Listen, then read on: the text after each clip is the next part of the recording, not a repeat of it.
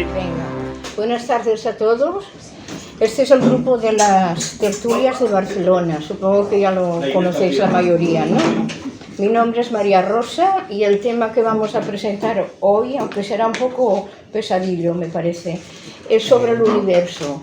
Al que os interesen las cosas que pasan en este mundo, pues, bueno, en este universo, pues aquí estarán escritas, ¿eh? ¿Cuántas preguntas nos hacemos sobre el universo? Son cuestiones de interés para todos los hombres, pero la ciencia moderna se ha hecho tan técnica que solo un número pequeño de especialistas son capaces de dominar las matemáticas utilizadas en su descripción.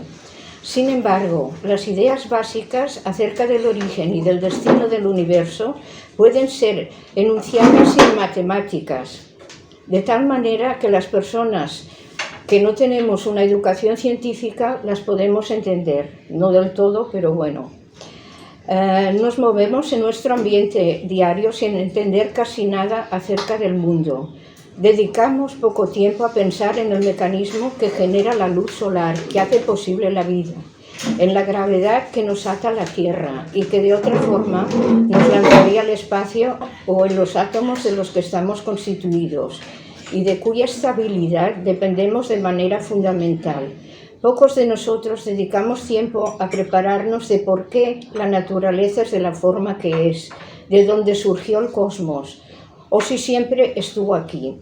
Si el tiempo corriera en sentido contrario algún día y los efectos precederán a las causas, o si existen límites fundamentales acerca de lo que los humanos pueden saber.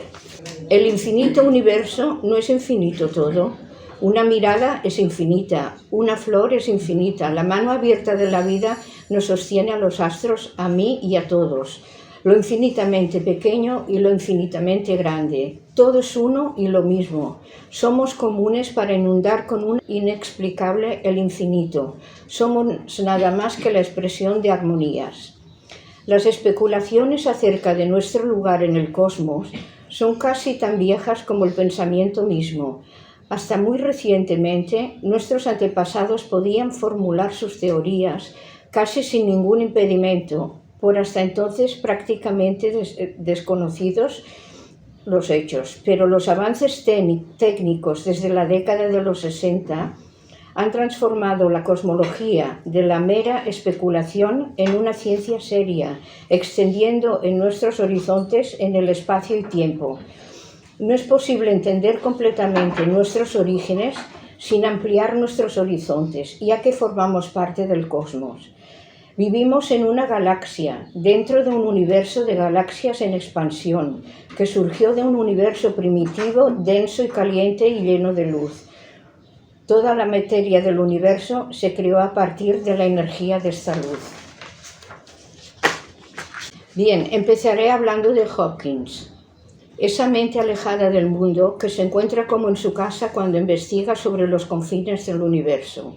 Ha producido algunos de los más asombrosos pensamientos cosmológicos de todos los tiempos. La imagen que él y su equipo han creado es tan imaginativa y bella como una gran obra de arte, y al mismo tiempo tan compleja que nos asombra a los que no tenemos bases científicas. Yo es que soy una enamorada de todo lo que es el universo y me apasiona este tema. Hawking produjo ideas nuevas y sensacionales sobre los agujeros negros, la teoría de la gran unificación y el origen del universo. Sin embargo, hay quienes han cuestionado todo esto, porque claro, cada científico o cada físico tiene una idea a veces distinta y entre ellos pues se discuten muchas cosas porque no piensan igual. Sin embargo, hay quienes han cuestionado todo esto. La cosmología es el estudio del maravilloso universo. En esta ponencia trataremos varios temas para que podamos debatir entre todos. Los primeros elementos físicos en que se centra la reflexión sobre el mundo fueron la materia, la vida, los números y el universo, con una sofisticación creciente que ha sido prolongada y refinada día a día por la investigación científica. La materia en el universo tiene una presencia visible y omnipresente, nos alimenta, nos protege y de ella estamos hechos nosotros y absolutamente todo. Por ejemplo, nuestra tierra es materia maternal. Ámbito nutricional, el bosque de donde sale la caza, los campos de agricultura, los ríos y las fuentes imprescindibles para calmar la sed. El universo y su origen, su historia siempre ha sido el eterno diálogo entre ciencia y religión. Creación del universo o universo eterno, creación limitada al estado inicial o creación continuada. Estas son cuestiones que se plantean en el campo de la cosmología, pero en la ciencia la cuestión de los orígenes es interpretada como una cadena de causalidades, no así en la teología. ¿Por qué?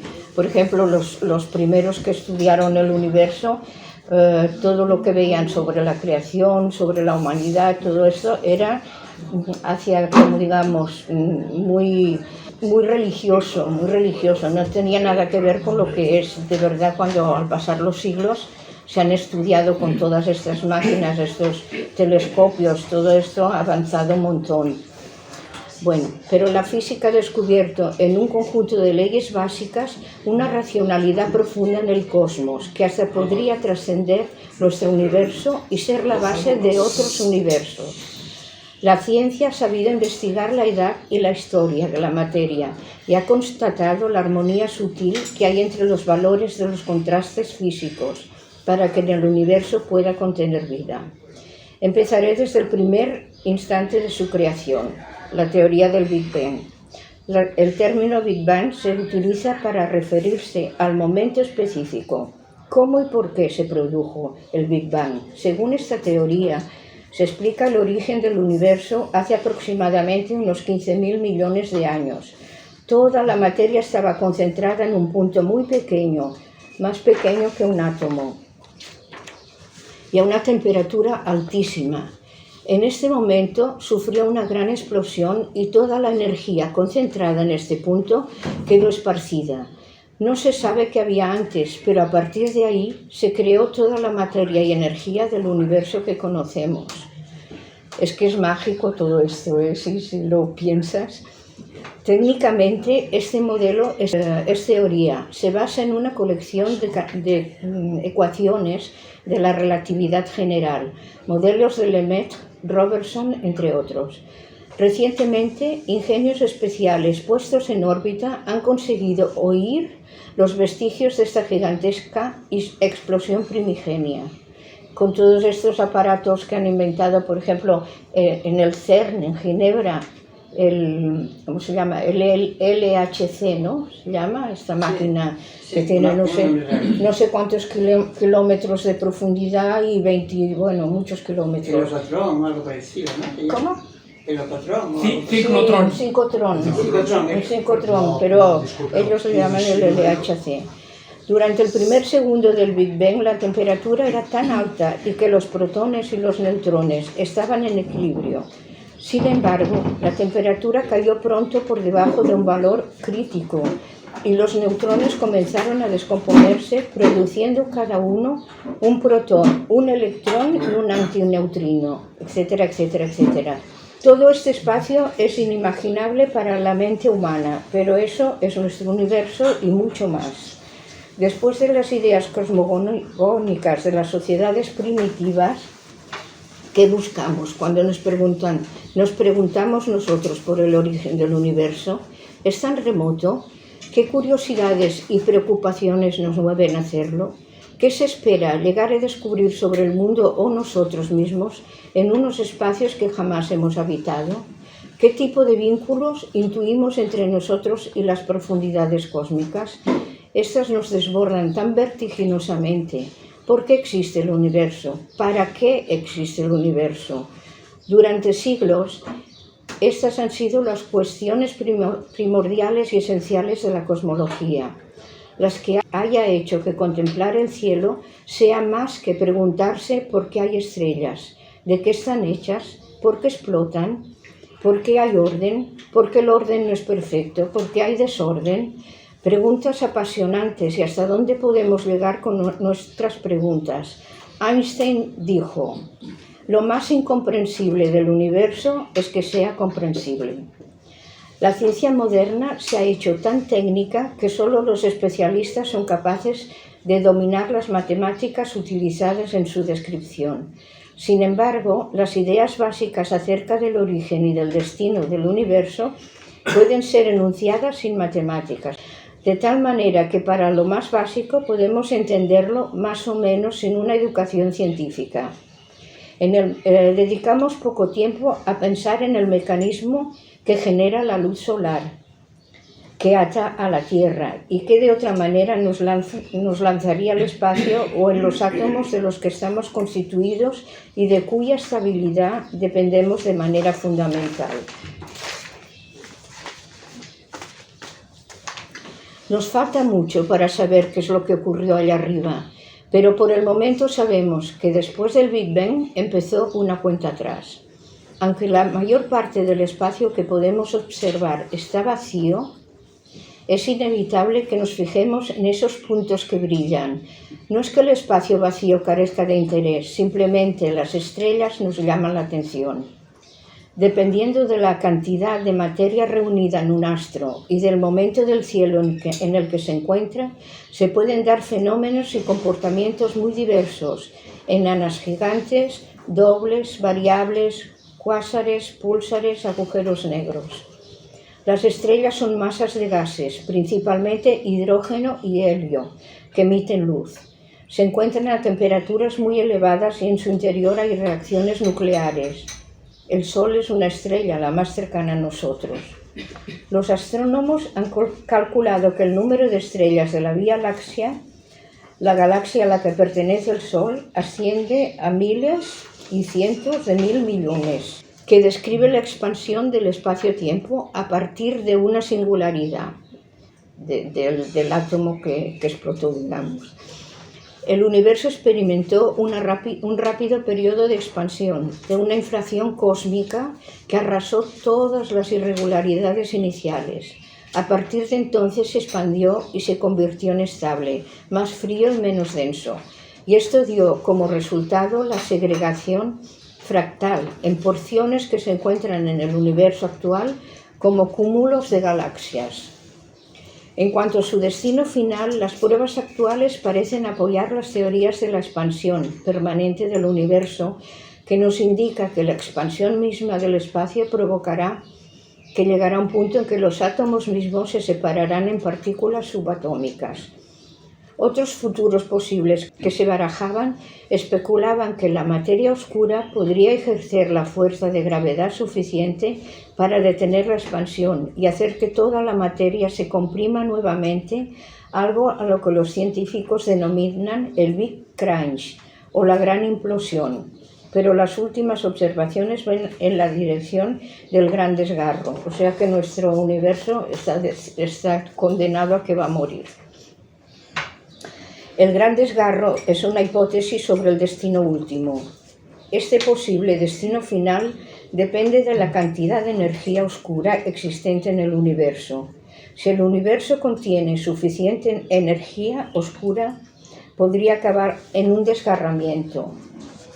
A pesar de que nunca se sabrá con certeza, las condiciones de la Tierra primitiva distaban mucho de las actuales. Astrofísicos y geólogos calculan la edad de la Tierra en 4.600 millones de años. La atmósfera primitiva contenía dióxido de carbono, monóxido de carbono, vapor de agua, hidrógeno y nitrógeno. Naturalmente no había vida en aquel entonces. También es posible que hubiera amoníaco, sulfuro de hidrógeno y metano y probablemente poco o nada de oxígeno. Unos siglos atrás, la respuesta a cómo aparece la vida era muy sencilla. Esto ya entra en el campo mágico. Generación espontánea. La vida surge de la vida. Eso es lo que creían los científicos de entonces. Algunos ejemplos de generación espontánea. La Biblia, por ejemplo, el hombre surge a partir del barro.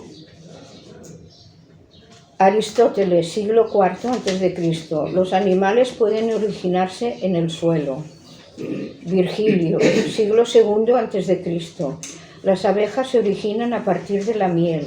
En la Edad Media, la alquimia ofrece recetas para producir animales. Qué diferencia, ¿no?, de los estudios que han hecho ahora. Bueno, ahora desde hace mucho. Para nosotros resulta muy natural respirar el aire que nos rodea, nos provee del oxígeno que necesitamos para la vida. Damos por sentado que eso está ahí y con solo respirar tenemos todo lo que requerimos, pero no tenemos en cuenta que la Tierra es el único planeta que se sepa hasta ahora en tener la cantidad de dicho gas. Pero, ¿cómo se formó? Cuando se formó o se comenzó a formar nuestra atmósfera, la Tierra era un lugar inhóspito. Tomó millones de años para que nuestra atmósfera comenzara a generar oxígeno y fuese lo suficientemente común para soportar organismos vivos. Hace años, los científicos han hecho investigaciones y especulaciones acerca de cómo se formó el oxígeno.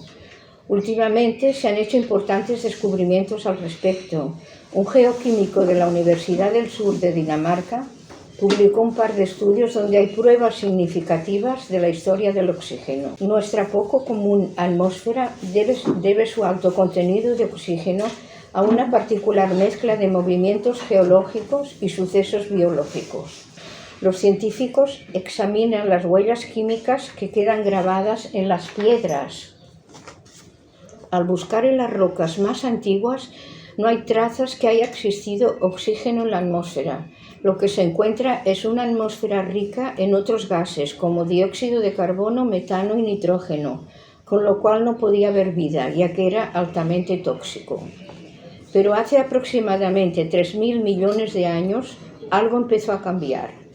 En ese entonces, nuestra atmósfera comenzó a conservar el oxígeno. Se cree que habita un 0,03% del oxígeno que actualmente tenemos. Lo cierto es que es imposible que los rayos solares pudieran inferir en el incremento del oxígeno en la atmósfera. Al parecer, hace 3.000 millones de años, pequeños organismos habían evolucionado de tal manera que podían efectuar fotosíntesis mientras flotaban en las superficies marinas. Estos microorganismos se alimentaban de luz solar mientras desechaban oxígeno a la atmósfera. Fue entonces que apareció un organismo que revolucionó y cambió para siempre la vida en la Tierra.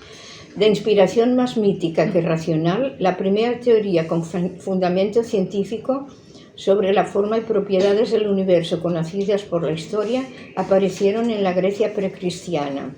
A partir de este momento, la razón comenzó a ser el elemento primordial utilizado por todos los hombres que comenzaron a preguntarse sobre el origen, y el más eficiente. Así, mucho después se ha podido llegar a una teoría cierta, pero pasando antes por otras que se han ido desarrollando a la par de la evolución de la humanidad. La teoría heliocéntrica de Copérnico. En 1543, Copérnico publicó un libro llamado La revolución de las esferas celestes, donde da a conocer su teoría. Está determinado que el Sol estaba colocado en el centro y todos los planetas se ubicaban a su alrededor.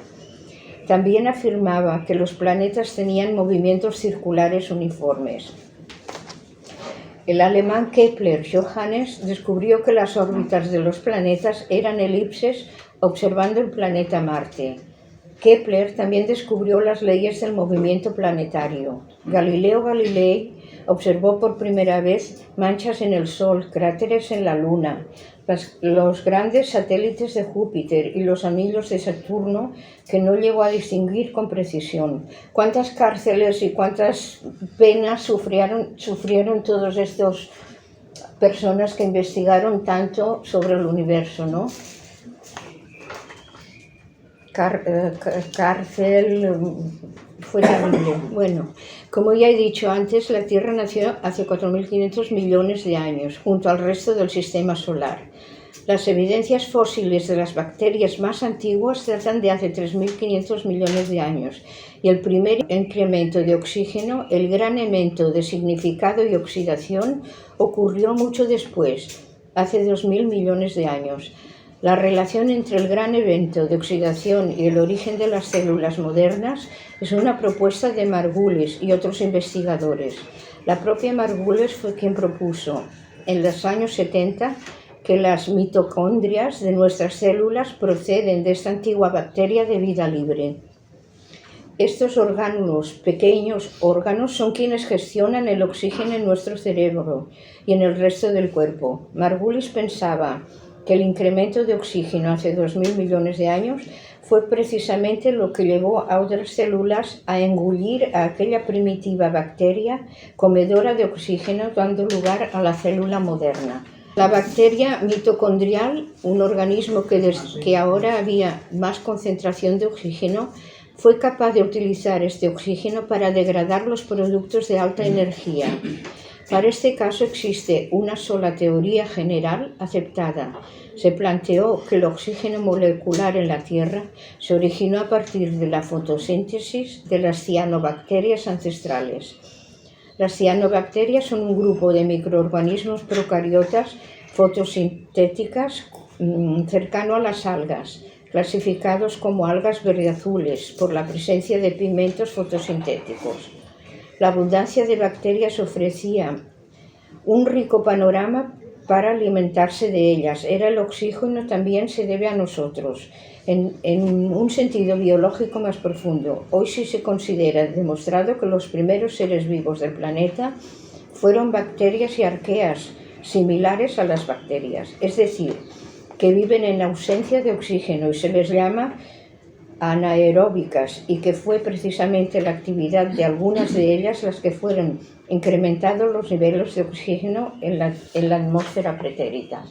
Definitivamente, ¿sería que los fragmentos errantes producto de esta expansión se están alejando unos de otros? ¿Tiene el universo capacidad de renovarse? ¿Es eterno, sin origen ni fin? Los astrofísicos saben desde hace tiempo que nuestro universo es tan grande que no podía haber llegado a su tamaño actual, dada la tasa de expansión que vemos ahora. Y aquí termino. Habría mucho más.